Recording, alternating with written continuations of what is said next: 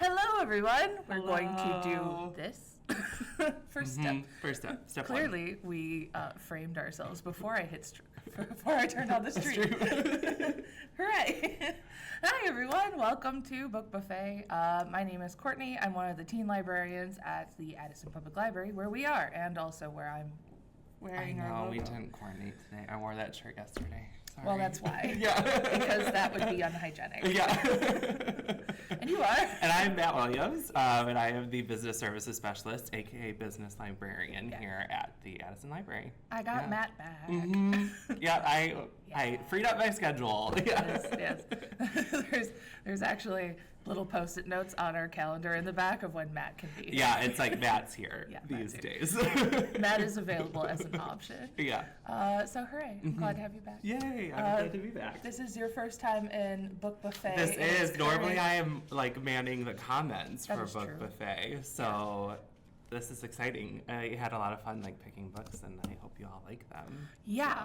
So we were talking about because when I was first discussing like how I wanted Book Buffet to be about like book talking and stuff, you were saying like I don't really interact with books as much.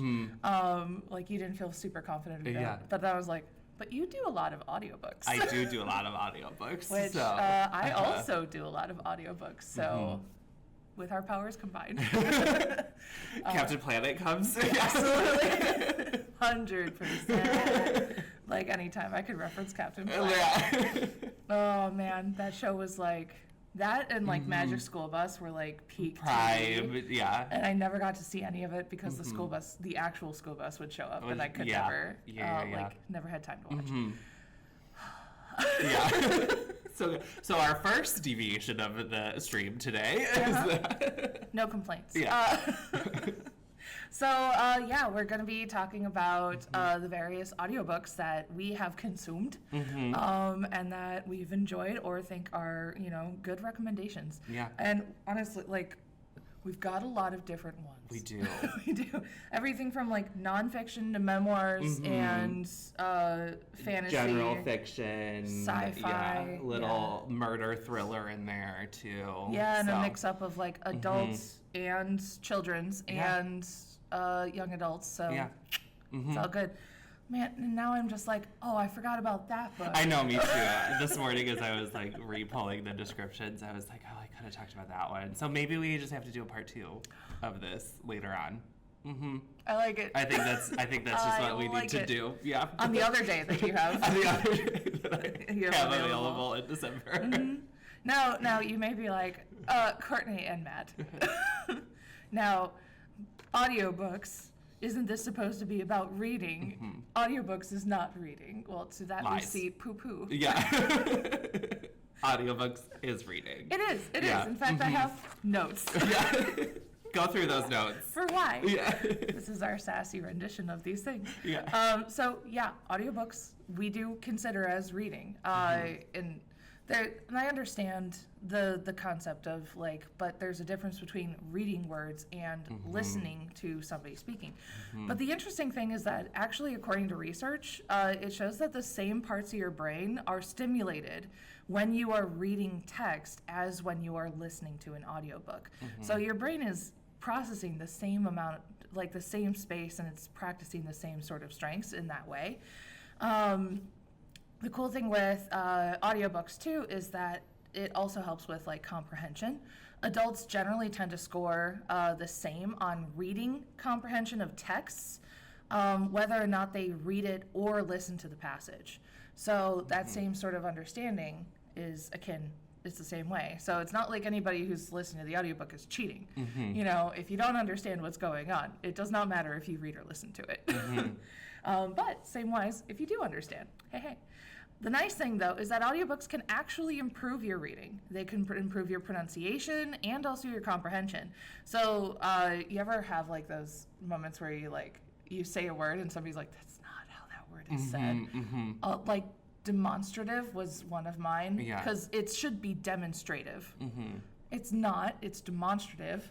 And I still say demonstrative. Because that's what it means. Yeah. But it's demonstrative, and I'm still mad at my mom for correcting me. But like, I had never heard somebody say that when also spelling it, you know, because the word is demonstrative, but demonstrative means it's a monster. Yeah, exactly. But demonstrative is demonstrative, that sort of thing. So if you only read things, there's a lot of times where you find that you mispronounce words simply because you haven't heard them. Or and characters' names, I was even just gonna too. say. Yeah. Like, if it's not like a common name, I will probably mispronounce it. 100%. 100%. I know that there are a lot of people who have read A Court of Thorns and Roses who cannot say their names right. Like, we know this to be true. Because we have been there. So audiobooks are also a wonderful option for people who just don't have the time or the resources to like sit down and consume a book in a text way. I mean, I listen to my audiobooks when I'm like coming back and forth to work. And like, a lot of people do that. And love road trips because it's like, I got 7 hours to consume a book. Like, it's so good. They're also like, they can be so much more immersive. Like you were saying that, are you going to talk about the one where it's like the podcasting intros? Oh, I love that. I love it when there's like musical stuff. And it's so fun. Also, audiobooks can allow for like a delivery of emotion that you may not necessarily get from a text or that you personally might not pick up. And it lets you multitask. Now, we will say that there are some disadvantages to audiobooks. You can't mark up your books. No underlining, no highlighting. Bummer there. But you can't do that with library books either. That is true. So we're fine there. Check off. Minor inconvenience. Minor inconvenience. A little tough if you're like trying to like research something and trying to make in-text citations. I will agree that is a frustrating one. But you just got to consider your sources. Narrators can also be incredibly annoying. They can be. They can be. And boy, do we know it. And we picked books where the narrators are good. That's yes. That was our one major criteria when selecting these, was like the audiobook is good. Ones we liked. And then I think the biggest drawback is that audiobooks are expensive. They are. They are significantly more expensive than a textbook. However, did you notice that we're in a library? I did know that. Did you know that libraries have audiobooks? Yeah. And you're like, but audiobooks come as CDs. Wrong. No, they don't. I listen most of the time on my phone. Me too. Like all the time. Yep. This is audiobook number 1. So we've pulled books that we have the CDs of. We've pulled books where we don't even have the physical copies in the library. We have them as e-audiobooks. So we've got a lot of different virtual digital. There we go. Digital libraries that we are connected to. There's Hoopla and Libby and Boundless. That was it. And Cloud Library is just regular books. But or you regular have ebooks, access. I should say. Exactly. So with your library card, you have access to those things as well, which is great. So we highly recommend that you get those apps downloaded. You connect up your library card with those. It's basically like Hoopla is like Netflix for library. That's a good way to frame it. That's how I do it. They've got tons of stuff. They've got ebooks, audiobooks. They have comics and movies, TV shows, music. They're great. We do a limit of 10 a month, right? I believe. So with that one, it's like you can check out like any 10 items every month, which honestly works pretty well. So like Libby and Boundless, those are more like ebooks and e-audiobooks, and those work sort of like an actual library but in digital space. So we have copies of those books, and once that copy is being used, it is unavailable. But when it comes, you can always put yourself on hold for it. and then they always come all at the same time. And then you have that internal dilemma or eternal dilemma of just constant. It's always going to happen, and Yeah. the pile just keeps growing and growing and growing. Although, Yeah. I know Libby does this. You can always, like, delay your hold. You can suspend your holds. Yeah. So it'll keep your hold, but it'll be like, you'll be like, can you give it to the next dude first? And then I'll take it. Yeah. And you'll still be top of the hold list, but then, you get a little bit of space. Yeah. Which is really nice. So we've got, I think out of all of them, only one of the things that I pulled is not actually on our digital offerings. Oh, I have to look at that. I think the same. Actually, all of mine have audiobooks. Yes. Yeah. So we'll let you know how to get access to all of these things. Yeah. You or me? I think you can go first. I'll let you go Okay. first. Pick your favorite. Because I have a particular order I think I'm going to give mine in. I have no order whatsoever. Let's go. We'll go with the most recent one that I have read. Okay. And yes, I will be saying read. Yeah, we will be, yeah. So this is a book that we did have physically, but I think was weeded because we are going to be going through a renovation. And if you were like, but I want a book, hey look, digital services are well available to you. We will also have physical books available during our renovation as well as different items, but hey, there you go. So this is, this book is available. It's available on Hoopla, and it is called Mask of the Sun. Look, I printed it out. Oh, see, fake out on me. I thought you were going to talk about the one on the other side. No, that's for later. Yeah.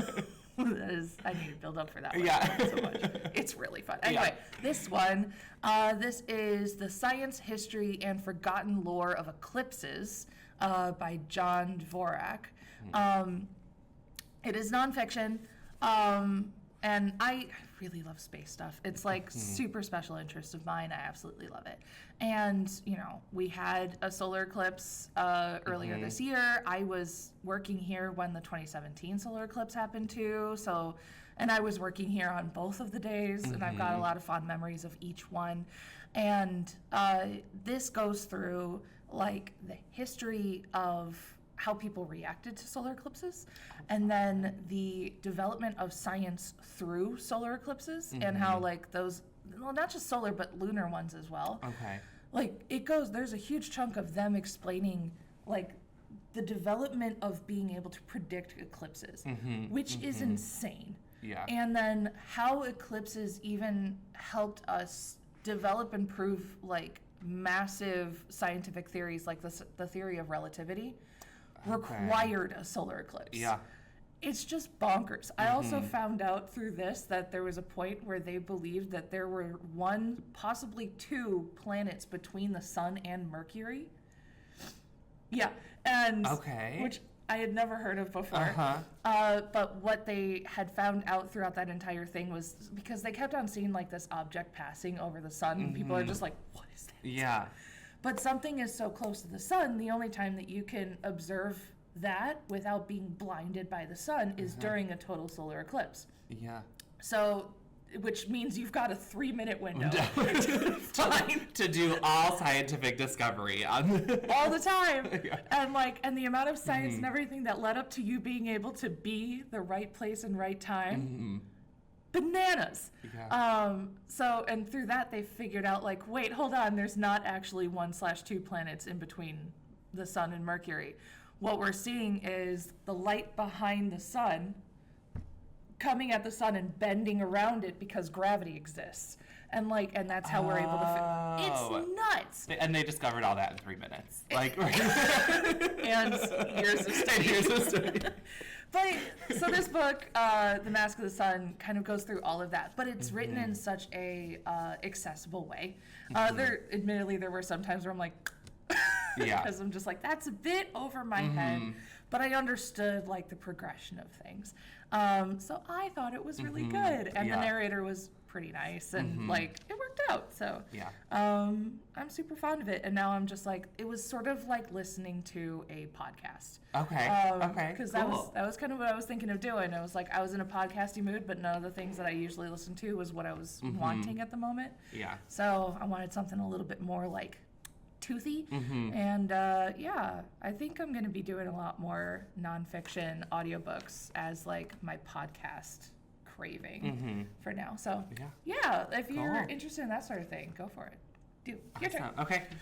So my first one is called The Measure. And we actually did this a couple months ago as our library book club. Oh, that's nice. Which is how I discovered it.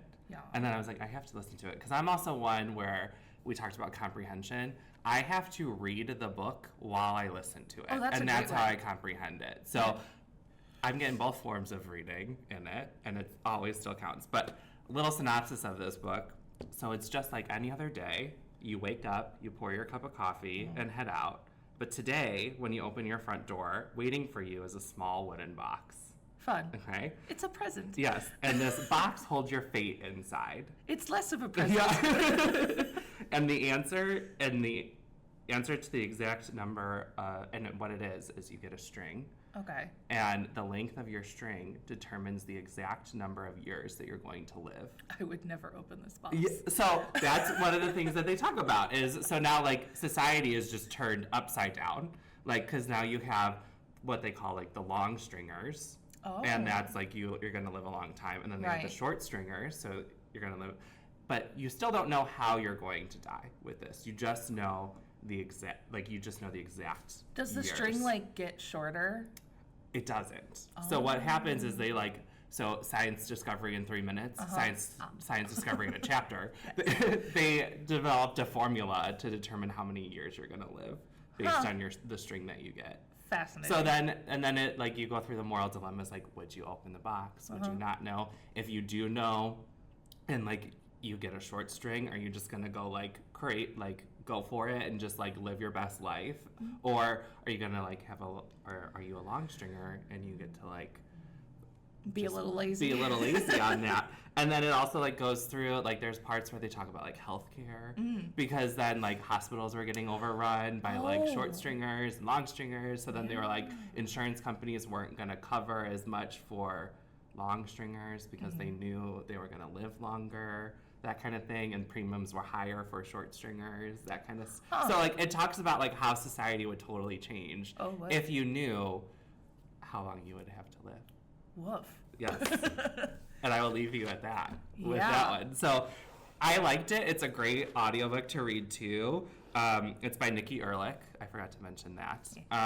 But yeah, it's a great one. Great one. I like it a lot. That's so interesting. Mm-hmm. Very cool. Yeah.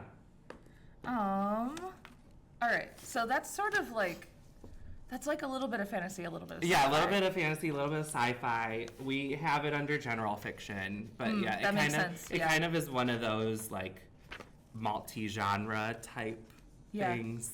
That's not necessarily up. So what digital services? I also thank you. It is so like I showed you, we have the actual Audio CD, but it's also on Hoopla and Libby. So there's two options for you on that one. That's very nice.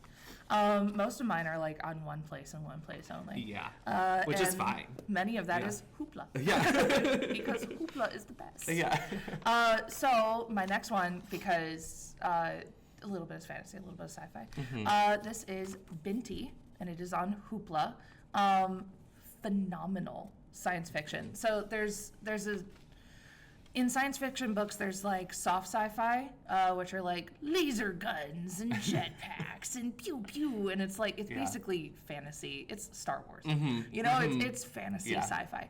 Then hard sci-fi, which is like actually like scientifically based and just strength and stuff. And now that I think about it, I got two of those. I like them. Binti is a woman. If like the cover art on this is so good. So cool. It's so good. Yeah. So she is a woman who comes from a culture where they are very literally grounded. They're from Earth, and they like take pride and connect up with their culture and their ancestors by like covering their skin with the dirt of their home. So she travels around with like a jar of her own homeland dirt and just paints it on herself, and it's really, really cool. She thinks in math and numbers. All of her family, friends, everybody, like nobody leaves home. It's just how their culture works. But she's like, I want to like leave and go to this very prestigious like universal academy and interact with people from all different cultures and just really learn and grow in mathematics and do things. Hi. Hi, Nor. So we were being waved at. Yeah. So she does, and while she's on the ship traveling to this new university, the ship is attacked and boarded by the most dangerous species of aliens that are basically like technology jellyfish. And these creatures just come in, like they'll attack ships and just destroy everybody. Everyone dies horrifically. But she figures out, she understands their language because it's code and it's mathematical. And it's a very, very short read. But it's her connecting with these creatures and learning how to communicate with them. And she figures out like the reason that they lash out is because they cannot communicate and other people cannot communicate with them. And she sort of bridges that gap. And it's so very, very fascinating how she does it. This is actually the first book in a trilogy. And it's all like culture shock the entire way through. It's so good. The narrator is phenomenal. Like, highly recommend. You should get it. Do it. So there are collections of the book itself where it's like all 3 books are in one bound copy thing. We do not physically have any of them, but we can get them through Swan. Yeah. And you can get the audiobooks through Hoopla, and they're yes. So my next one that you already kind of alluded to, this is the podcast one that we were talking about, and it's called Listen for the Lie. And we have it as an e-audiobook on Libby and Boundless. And what it is about is it tells a story of Lucy. And Lucy was found wandering the streets one day.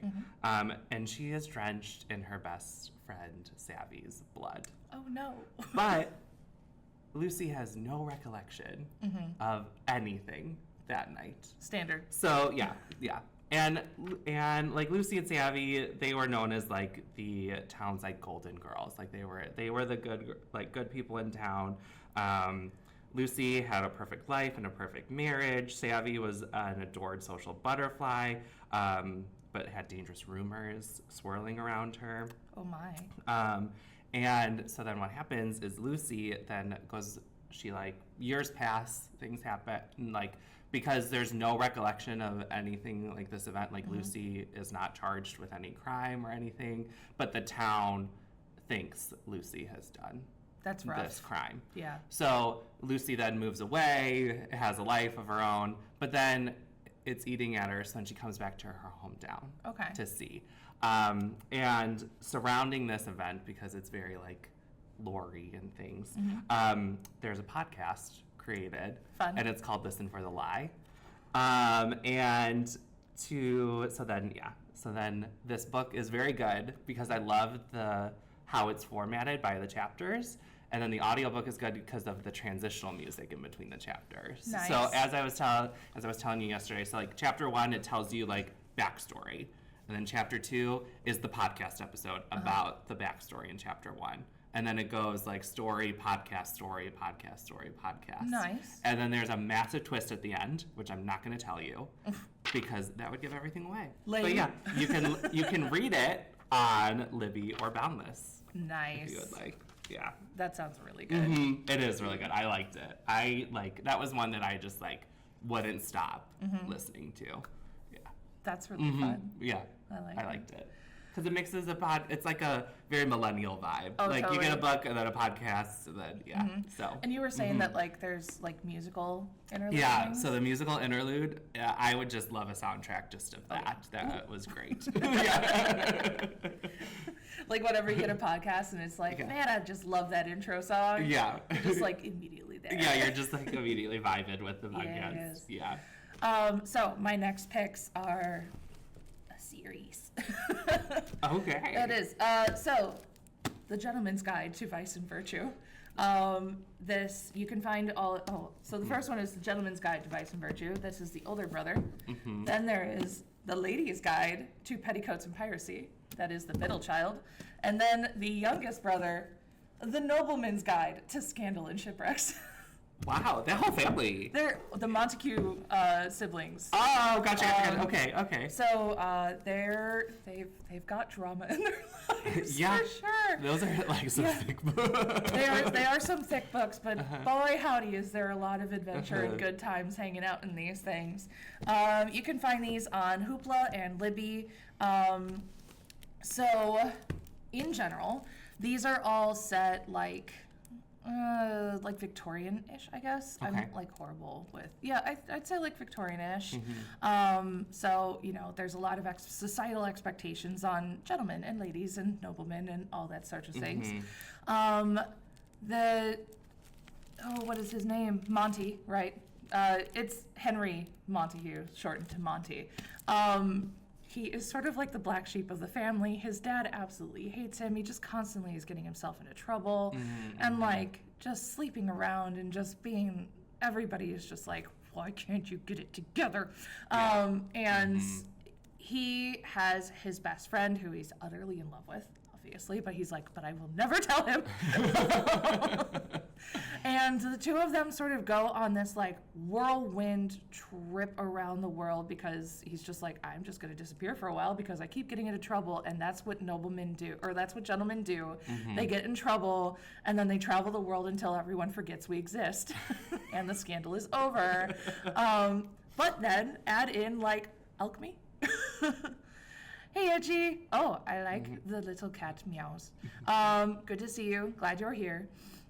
So it is fun. There's like a little bit of fantasy element to it that kind of honestly pops out of nowhere. And then you're just like, oh, we're in that kind of story. Yeah. Cool. Okay. So it sort of it reads as like a historical fiction, but with like a fantasy twist. The second one is his sister. So he's got a lot of insecurities and anxieties, and he definitely has a bunch of self-destructive behaviors. And he's also figuring himself out. The second one is his sister, who, if this woman's not autistic, I don't know what autism is, and I'm autistic. But she has her own sort of she's just don't tell me what to do. I know I'm a lady and things are expected of me, but I'm going to live the life that I want to live, and good luck with you. Catch up. Yeah. So she's very much against the grain.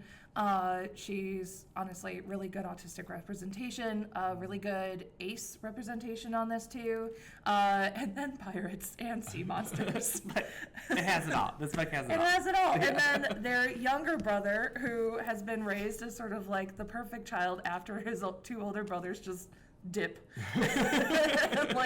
He's, the heir to everything. And this boy has so much anxiety, you just want to hug him. And he has panic attacks. So much pressure, probably. So much. It's so bad. And he hunts down his siblings because of reasons. And he does some learning about himself and about the world. And just the three of these are really good representations of various levels of identities and family dynamics and mental health and varying needs and that sort of thing. And they're really fun. The audiobooks are also really good.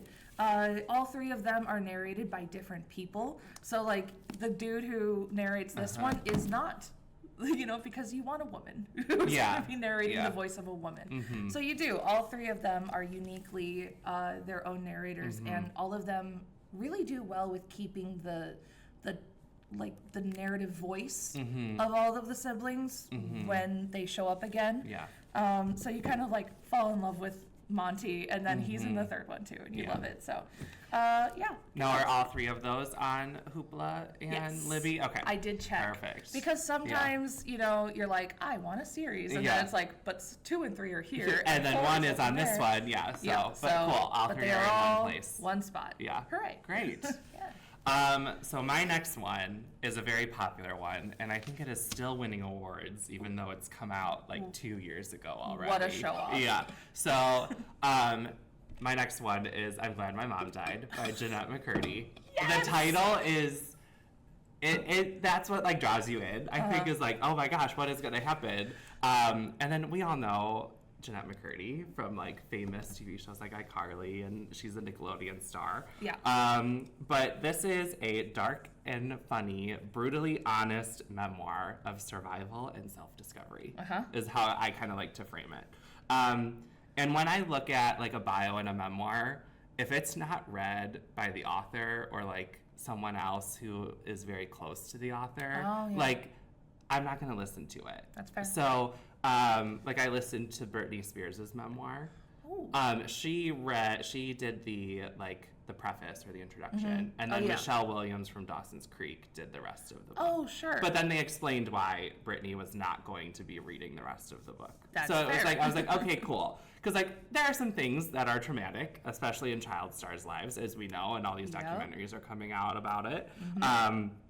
But yeah, this is just her life story and from her perspective, and this was probably one of the first kind of like true, or like not true tellings, but like a popular story about what it is like to be a child star, at least in recent eras. Yeah.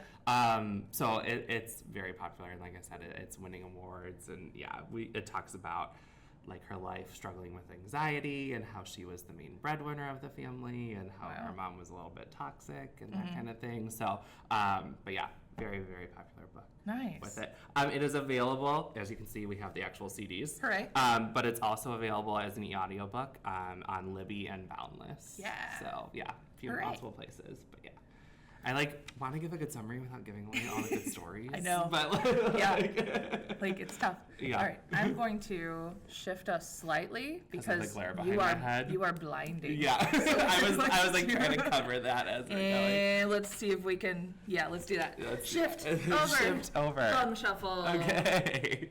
Hey. We're good. Look, I can see your face on Yeah, the I know. screen. You mean you didn't like my halo behind me? That's what I was talking It was getting a bit much. Yeah, that was. You were getting a little too angelic. Like that doesn't fit. It doesn't fit Matt's personality. He's not that nice. What is this? Move that over. Hey. All right. Welcome to our new location. Yeah. Okay, so speaking of them reading their own memoirs, so this is As You Wish. So this is the inconceivable tales from the making of The Princess Bride, the film. Such a classic movie. I love that movie. It's so good. Yeah. It's so good. Have you ever read the actual book? I have not read the actual book for The Princess Highly Bride, recommend. but I did the stage production of The Princess Bride. So, that's fun. Yeah. So very famous movie. If you have not seen it, go do so because everyone should experience this at least once in their lives. So this is a book that's compiled and written by Cary Elwes, and yes, I had to look up his name because how on earth do you say that? And it's narrated by him too. Okay, awesome. So the entire book is absolutely like a memoir, sort of like film biography. He's got a bunch of like interviews and letters and things from all the different actors, sort of like telling their memories of different moments on that stuff. And what's really cool about the audiobook is that they all read in. So he's collected all of those actors and they speak their own portions on it too. So you're just like, oh my gosh, it's you. You know, like it's Annie Patinkin. Obviously, like Andre the Giant is not one who has been contributing to this because he did not live. R.I.P. Oh, we love him so much. But there's like lovely moments where they talk about him and honor him and share their memories of him too, which is really, really sweet. Yeah. So if you are a fan of that book, or you're just like interested in filmography because it talks about like from book concept to movie, and William Goldberg, the author of the book was also the screenwriter for the film, and he is on here also speaking, like reading his bits, and you can hear the self-doubt in everything he says, and honestly I think that's actually really good too. So I mean, because you're so worried, you're like, is it gonna be picked up, is it yeah gonna be and the entire time he's just like, this is trash. Yeah. You know, like, true like artistry vibe of it, because everyone like you hear like sometimes when artists are making their art, they're like, this is not how, no, I don't like it, and becomes like one of the most popular things of all time. Like The Princess Bride is such a classic movie. It absolutely is. Yeah. And like I learned that he is so significantly more involved in film and everything else too. And like, we love you. We love what you've made. So thank you for it. And also thank you to Carrie Ellis for putting this together, because it's a lovely little record and it's such a good time. Yeah. So like they talk about throughout the entire filming of everything, he and Andy were practicing multiple times a day the giant sword fight at the end ad nauseum, like every single day, because it needed to be more perfect than perfectly perfect. And wild. So do it. You can find this on Hoopla. It is good. Okay, so my next one is, we're kind of delving back into history. So you did pop culture history with your last one. I'm going into history. And this is The Situation Room by George Stephanopoulos. Yes, the Good Morning America I have heard of this host. And it's the inside stories of presidents in crisis. And it's narrated by George Stephanopoulos. So you have that like news anchor vibe. And he also worked in the White House. He was like communications director for one of the recent presidents. I think it was Clinton, if I remember correctly. But it follows 12 presidents in this. So from Kennedy to present day, pretty much. And it goes over, so it's 60 years of White House history here, or over 60 years, I should say. And it's from the perspective of the Situation Room. Ooh. So in the White House, there's the Situation Room that all these like heads of military, like secretaries of state, secretaries of defense, they all meet along with the president sometimes when like massive events happen. Yeah. So like 9/11, they were in the Situation Room, and like other events in history. So it goes through different transcripts of when Kennedy and President Reagan were shot, and how these people were handling that. It tells a story about when Henry Kissinger secretly raises the DEFCON level while Nixon was incapacitated. And the DEFCON level is like, the higher we go, the closer we're going to war. Yeah. So, like, that's a big deal. Just a little bit. Yeah, exactly. And it goes through 9/11, and it even talks about the recent January 6th with the Capitol. So it goes to like pretty present day history as well. And it's all through the eyes of the staff that work the Situation Room, which these staff are non-political people. Because they tend to stay through administrations. Oh, that's true, yeah. So they don't follow any political party, or at least with their work, I will say. Yeah.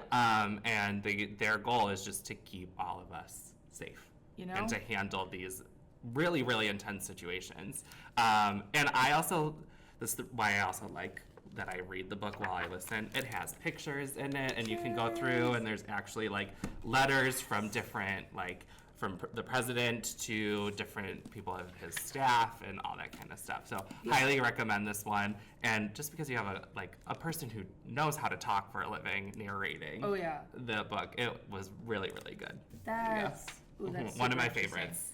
Yeah, I will say that was the downside of The Mask of the Sun, because he was talking about like photographing solar eclipses and things, and I was like, I want to see it. Yeah. You know? And it was really good, like when George was talking about his time at the White House too. So the administration that he worked for, like, now you have a first-hand perspective, because like he was a senior advisor. He knew a lot that was going on in the world. But this is available on Libby and Boundless as an audiobook. I think that's the first time we've said Boundless.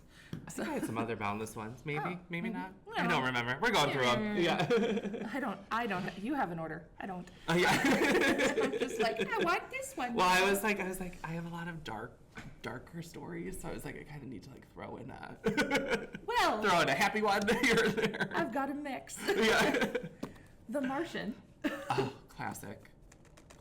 Also, the movies by themselves, Princess Bride, top notch. The Martian, top notch. I would also consider the books, each of those books, also way up there. So The Martian follows Mark Watney, who is a astronaut who has been doing experiments on Mars, and a giant storm sweeps up and the mission has to go wash, so everybody has to evacuate. In the process of that, he gets hit by some flying debris, and everyone thinks that he is dead. Turns out, and they leave. Turns out he was not. And now he is alone on Mars, literally the loneliest man in the universe. Trying to grow, what was it, like potatoes? I think he was like trying to grow potatoes. Using his poop as fertilizer. Yeah. Good times. But like trying to get the communication system and like connect up to communicate back to NASA, which is a wild endeavor. And everything that he does is just absolutely bonkers. I have actually met the author, Andy Weir. That man is great. Hi. If you ever see this, big fan. Like, you're amazing, and you were so kind and so wonderful when I met you. And he signed my copy of The Martian and also Artemis. And anyway, but he had talked about, he actually wrote this chapter by chapter and was posting them online. And he had like astrophysicists and other high level actual rocket scientists reading his book chapter for chapter and explaining to him real science and how things would actually work. So this is another hard sci-fi, and everything in this is scientifically plausible, which I think is neat as heck. Yeah. So if you like those sorts of things, the audiobook is phenomenal. If you like the movie, the movie follows the book fairly well. Fairly well, yeah. With the subtraction of more horrible things that happen to him. But absolutely adore it. I adore it as much as I adore the movie. The movie does really good on the tone of the book. So I would recommend literally everything about this in every single way. So this is the only one that we don't actually have as a virtual digital offering. But we do have it as CD. Look at them. Yeah, so all 9 discs many, of them. Look at them. Yeah. And we've got, double check that. So there's a lot of these. There's, we have it as book offerings and everything else too. If you want to double check that, and then I can do another one on mine. So another audiobook. So we'll go a little bit darker on this one. This is A Study in Charlotte. So if you like Sherlock Holmes, as I do, and we did The Hounds of the Baskervilles before, so this is sort of like still in that world, but Sherlock Holmes and John Watson, they have family, or they had families. They are now dead. This is the granddaughter of Sherlock Holmes, and then you also meet, Charlotte is the granddaughter of Sherlock Holmes, and Jamie shows up, and he is the grandson of John Watson, and they are both enrolled in a prestigious boarding school. They have never met before, but Jamie's like, wait, the dynamic duo can resurface, and she does not want to have anything to do with it. However, enter in a lot of scandal and a lot of stuff is happening, and people are being accused of things. Someone dies, it's absolutely a twist on A Study in Scarlet, which is what the play on this is. It's really good. I will also say trigger warnings. There is a case of overdosing. It's pretty dark. I'd say it's like darker than the Sherlock Holmes stories, and those can get really dramatic. But this is sort of like a current day darkness to it. But the audiobooks, the tone is from Jamie's perspective. The audiobooks, the narrator's really, really good. And I think there's 3 or 4 books on this, but you can find them. We have them physically. Hooray. But you can also find them on Hoopla, Libby, and Boundless. Yeah. So, haha.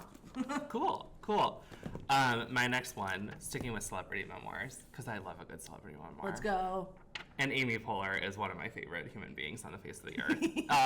And so she wrote one quite a long time ago, but it's called Yes, Please. And it's, she talks about her time on Parks and Rec and all that stuff, her relationship with Tina Fey, Nice. her time on SNL, just like going through everything in her life thus far, up to the point where she wrote the book. And it's so good because, you know, like, we all know Tina Fey is hilarious. Yes. She's just hilarious. She's the same in this audiobook. And she reads it, of course. So you're getting it from her perspective. She knows the inflection that she needs to use to tell the joke and everything like that. So Nice. I highly recommend it. The book is great too, but it's so much better with the audio. And and you can get it on Hoopla or Libby. This is one of the ones that I chose where we don't have the physical book in our library, but we can get it from one of our Swan partners. But we have the audiobook for it. But and highly recommend. Yeah, and even if you're not an Addison resident, you can see if your library has those sorts of things. If your library is not connected through Swan, as ours fortunately is, there's interlibrary loans. So they might be able to get copies of things from different places and bring them to you. It's a lovely little organization we have. So all right, so this one's probably my favorite audiobook series of all time. And Itchy, if you are still watching, and I assume you are, you will understand why. Here is the How to Train Your Dragon series, narrated by Cressida Cowell, narrated by David Tennant himself. Doctor Who himself. Yes! Now, many people may or may not know, but David Tennant is, in fact, Scottish. I did not know that. He is naturally Scottish, and this full 12-book audiobook series is him in his full Scottish glory. And there are so many characters throughout this entire series and he has unique and personalized voices for every single one of them, and he maintains consistency throughout all 12 books. It's wild. If you love the movies, the books are incredibly different. I would actually say they're a little bit closer to like tone and like style as like the Diary of a Wimpy Kid. If the actual books themselves have like a lot of like doodly illustrations and stuff. But so Hiccup is a Viking. He is part of the Hooligan tribe, and they are all beefy, burly, and capable, and he is scrawny and not. Puberty will do him well, but not for a long, long time. And the tribe in like fights dragons, but they also capture and train dragons themselves. Like they basically, everybody has a dragon that is sort of like their go-to dragon that you know they boss around by yelling at them, and this kid is like, he doesn't have a yelly bone in his body, so he finds Toothless, who is like this big, and the reason he's called Toothless is because he finds this little dragon who has one little tooth that immediately falls out. And he's just like this weaselly, whiny little creature who's just like doesn't want to do anything, and it's just fun. So the tone from like the movies is very much a story of this boy finding himself, but also a strong father-son like development story. And that stays true with these. There's characters that are never in the movies. Kamikaze is one of the most fun characters ever. She's the daughter of the bog burglars. You get like a bunch of different tribes and stuff. It's fun. It also turns into like this weird, like prophetic journey and like story and stuff. And like later on you find out that like, oh, the random things that you thought had nothing to do with connecting these stories together is suddenly drastically important at the end. And I love them. I want more people to read these books because they deserve being read. The movies are phenomenal. The books are phenomenal in their own way too. So these are in children's sections, but honestly super enjoyable across the board. And I would recommend, like, this is a great one for reading the book along with listening to it, because David Tennant does such a good job. Yeah. I literally purchased one of these books because I loved the audiobook so much. But the books themselves have so many illustrations and things that sort of like add little things. There's like musical cues, and it's like everything you want. It's like a podcast, and it's like everything you want are in these, and just So these are mostly on Libby, but it's one of those where it's like it's a little bit here, it's a little bit there. So depending on which one, you might have to do some hunting. But it's worth it. So yeah, do those. Cool. I know, I'm looking at the time. This might be one of our last ones to go over, but maybe we can go a little over time. But my next book is called The Collective Regrets of Clover.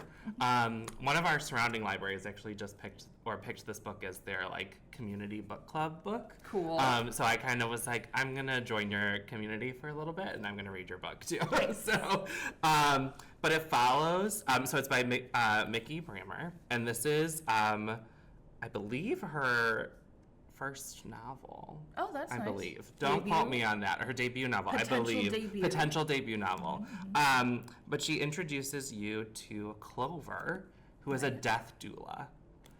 And what a death doula does is they comfort people at the end of their life. But you're following Clover, and as she's doing this for other people, she's not living her own life. Yeah. So she's like living for the people that she technically works for, because they hire her for her services.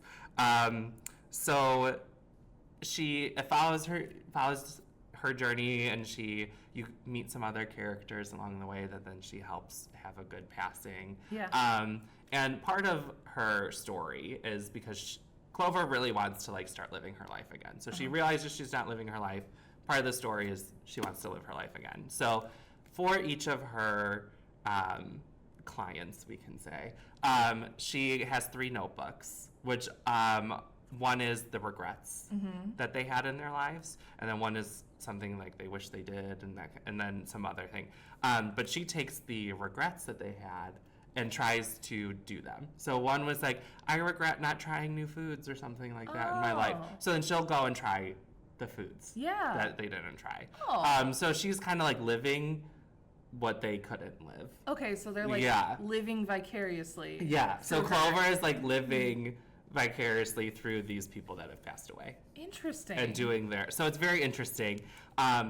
Just the whole concept of a death doula was very new to me. So I was like, let me just go explore that as well. But there is a character towards the end that she is like kind of the main client of hers. And she is this kind of sassy, spirited old woman who tries to like set up her grandson and Clover, but that didn't work out. So then there's another love triangle going. So there's like a little bit of romance, a little bit of a little bit of fiction, all that kind of stuff.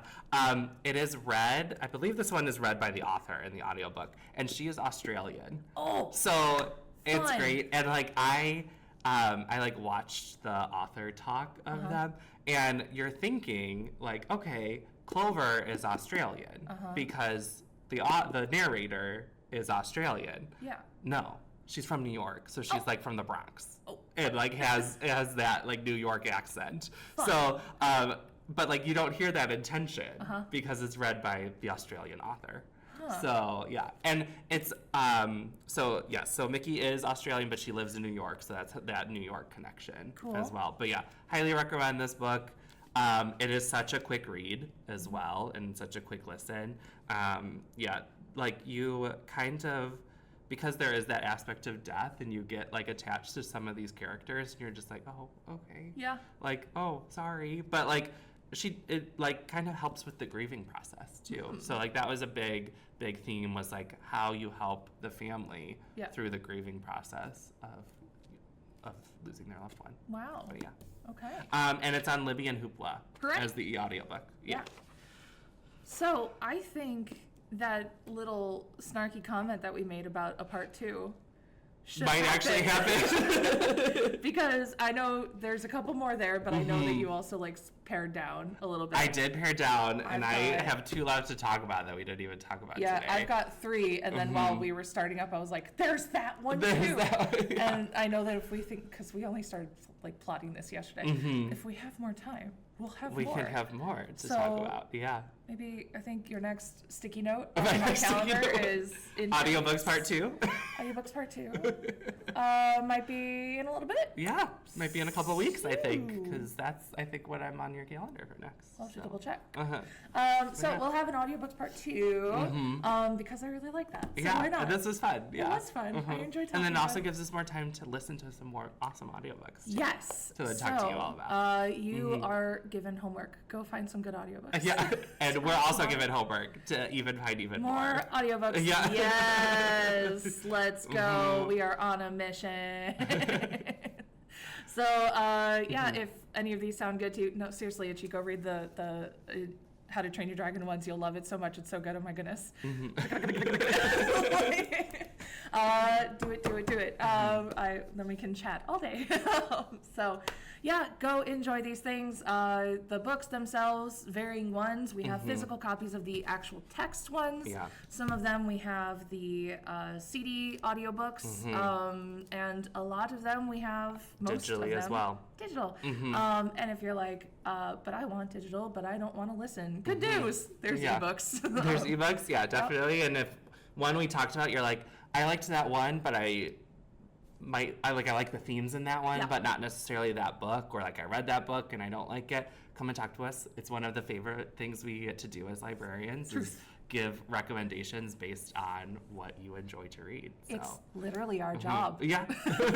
We get paid for that. Uh-huh. We get paid for a Yeah. lot of things. Yeah. But we read on our own entertainmentiness. Yeah. But hey, that's what works. So yeah, I think that's it for this Yeah, week. I We think good? so too. Yes. Thank you so much for Thank you. coming. Thank you for coming. Yes. Thank you for Anytime. coming. See you all next time. Bye. Bye.